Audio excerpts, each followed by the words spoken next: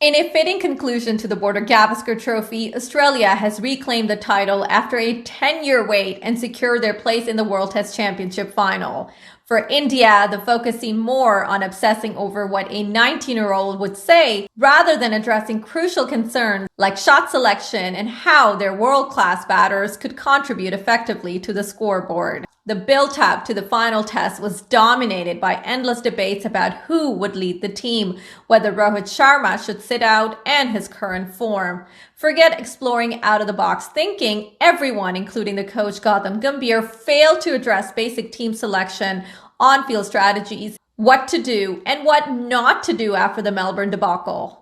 To make matters worse, Gambhir persisted in playing two spin all-rounders, Jadeja and Sundar, when Australia was flinging one pacer after another at them, taking full advantage of India's vulnerabilities. Gambhir's refusal to acknowledge India's heavy reliance on Jasprit Bumrah is truly baffling. India has only itself to blame for falling into the trap of an exaggerated, in-your-face, and blatant culture under Gambhir's leadership, which would have looked promising if it had been supported by consistently strong performances. Under his tenure, India has suffered embarrassing losses: an ODI series defeat to Sri Lanka, a whitewash by New Zealand, and now a series loss to Australia that cost them both the Border Gavaskar Trophy and a shot at the World Test Championship final. Then there's Virat Kohli. Where does one even begin? His focus throughout the series seemed to be on controlling the crowd with antics like spitting, excessive aggression, and verbal exchanges rather than on batting with the focus and technique we know he's more than capable of. In fact, Kohli often appeared more like a rookie who hadn't faced criticism or a hostile crowd before. His repeated dismissals to Boland in the final test, especially playing outside the off-stump line, were frustrating to watch.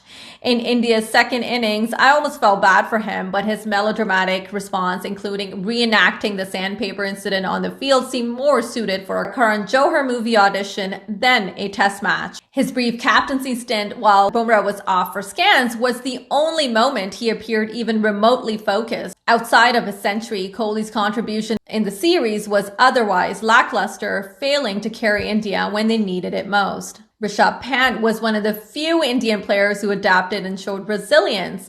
Unfortunately, his initial style of dismissal faced harsh criticism, with one former great whose name is on the trophy Pant is playing for calling him stupid not once, not twice, but 3 times on live television. His performance in the second innings, where he scored quick runs at a strike rate of over 180, was a testament to his natural game.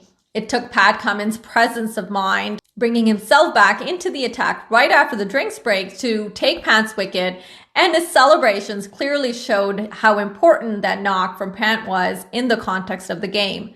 Pant's contribution of 101 runs to India's total of 342 was vital in keeping India's hopes alive in the final innings. Yet, when Pant was allowed to play his way, he proved his worth. I mentioned this in my last video. What stood out for me in the last test was the way Khwaja never gave any unsolicited advice to Konstas when he came out playing shots all over the place on Bumrah. But here, no doubt, a great star of the game and brilliant in his days called Pant stupid on air. I wonder what would have happened if he uttered the same words for Kohli, who was dismissed outside the off-stump line no less than 7 times in the series, including 4 times to Boland.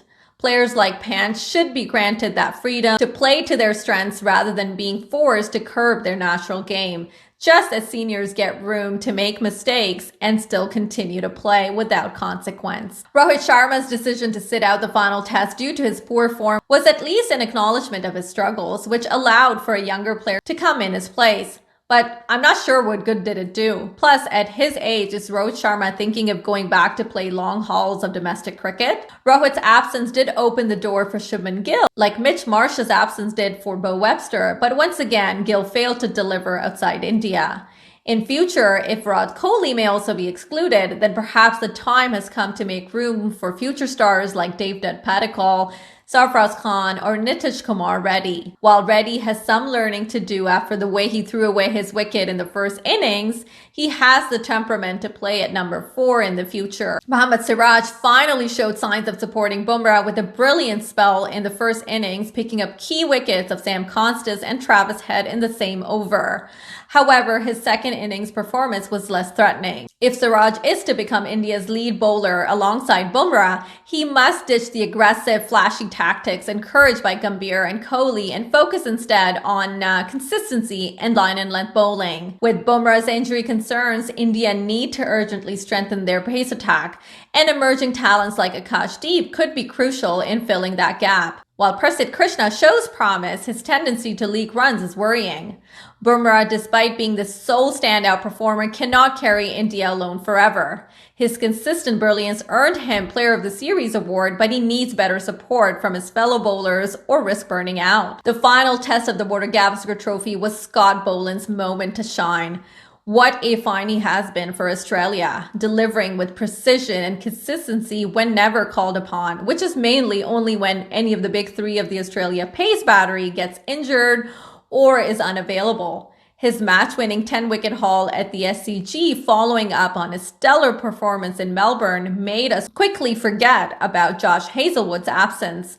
Boland had an immediate impact, claiming vital wickets of Jaiswal, Rahul, Pant, and Kohli. He was on par with BUMRAH in terms of his bowling average, and his cunning dismissal of Kohli after openly discussing his plan the night before was a brilliant move.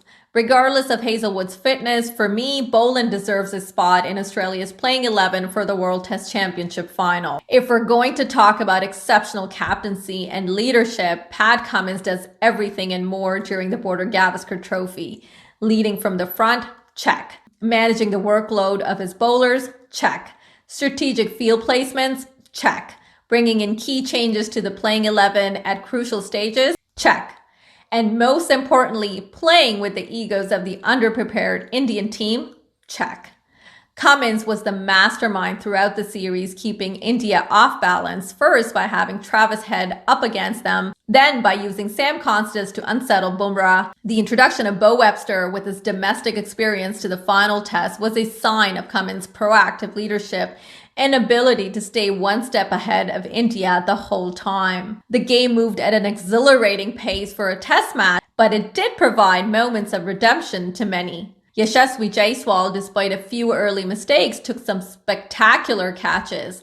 Usman Khwaja scored a crucial 40 runs, providing his worth in the most important phase of the game and the series. Young debutants like Sam Konstas and Beau Webster also made their mark. Konstas dazzled with explosive batting, while Webster showed his experience by scoring a half-century and picking up 2 wickets in the first innings, followed by his crucial second innings partnership with Travis Head, and then scoring the winning runs for Australia. India entered the series with an overconfidence born of past successes, but they were underprepared for the challenges Australia posed.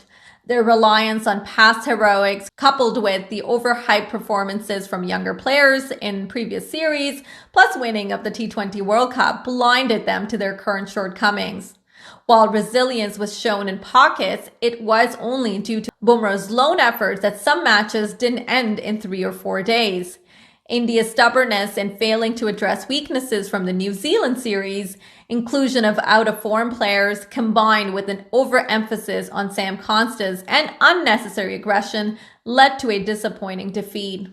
That's it for now. It's still the first week of January, so here's wishing you a happy new year. I'll catch you in my next video. Until then, take care.